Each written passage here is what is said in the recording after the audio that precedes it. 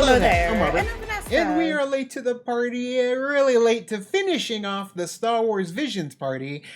Squid Game came out of nowhere, kind of threw everything into a jumble. Yes, and then we had to finish What We Do in the Shadows, and then Doctor Who started, so we just really haven't had time to get to it until now. But we are finishing off Star Wars Visions. It's been a hell of a trip so far. My first dive into anime, at least a whole different varying style of anime in the Star Wars world. So I'm sad and happy to see it come to an end so I can take my knowledge here and go on to other properties and other anime shows or movies, because I'm missing out on quite a bit. Yeah. I have been loving the visions so far, especially the different stories that we've had along the way, and I'm hoping that maybe we can expand on some of these stories, or even just have the studios that did these stories come back and do some other things. That'd be kind of cool to kind of see them take on maybe Marvel. Granted, that would probably be like its own separate thing and maybe not happen, but that'd be kind of cool if they did that too. It would definitely be nice to see, and I know they are expanding the story for some of them in the comic series too.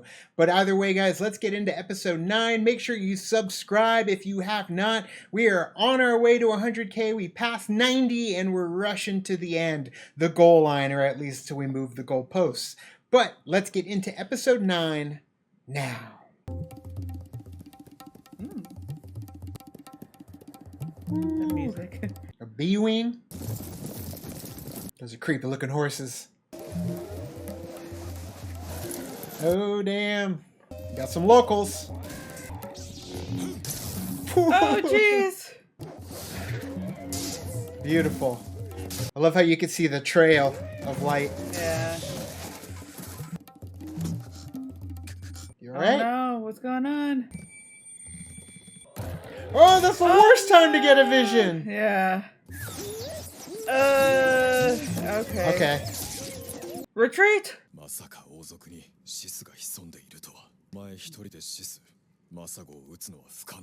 Damn, man. So it's kind of like the Republic. Someone in power happened to be a Sith. Yeah. Took over.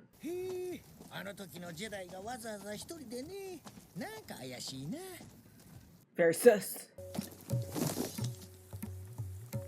Of course. Buy your way through. Yep. Money can be a skeleton key for It's many true. doorways. Yeah, very much so. Oof. Rough terrain. They're like ostrich emu camels. Yeah.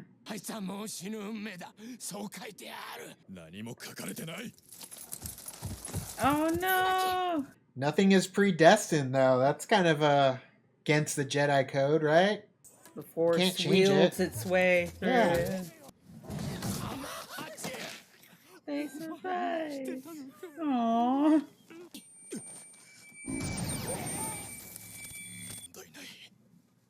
No, you're not.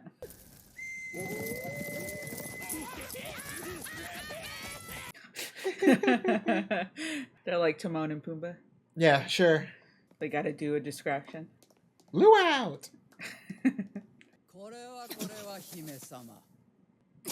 Yeah, man. She looks like He-Man. She's got those Judge Doom eyes. Ooh! She's powerful. Yep. Oh no! Okay. Oh, Still alive? Yeah, barely. still alive. Oh no.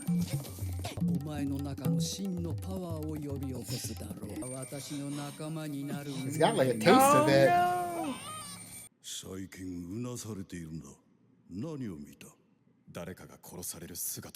No, that's how Anakin started. Yeah, dude. No.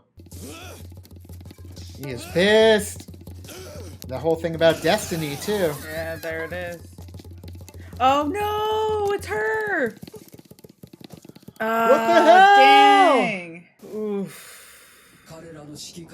You little cheat. It's clever though. Bring her back. Just like the Emperor. Yeah. Don't do it. That could go down a very terrible path. We've seen it happen before. He did it. Transfer of power. At least she made good, unlike Palpatine. No. Dang. I mean, he saved your life, but nothing changed from the beginning of this episode. Nope, it got worse. Yeah. Destin, is he gonna do the turnaround? Darkseid always is taking on new members. There you go. Damn. That was cool.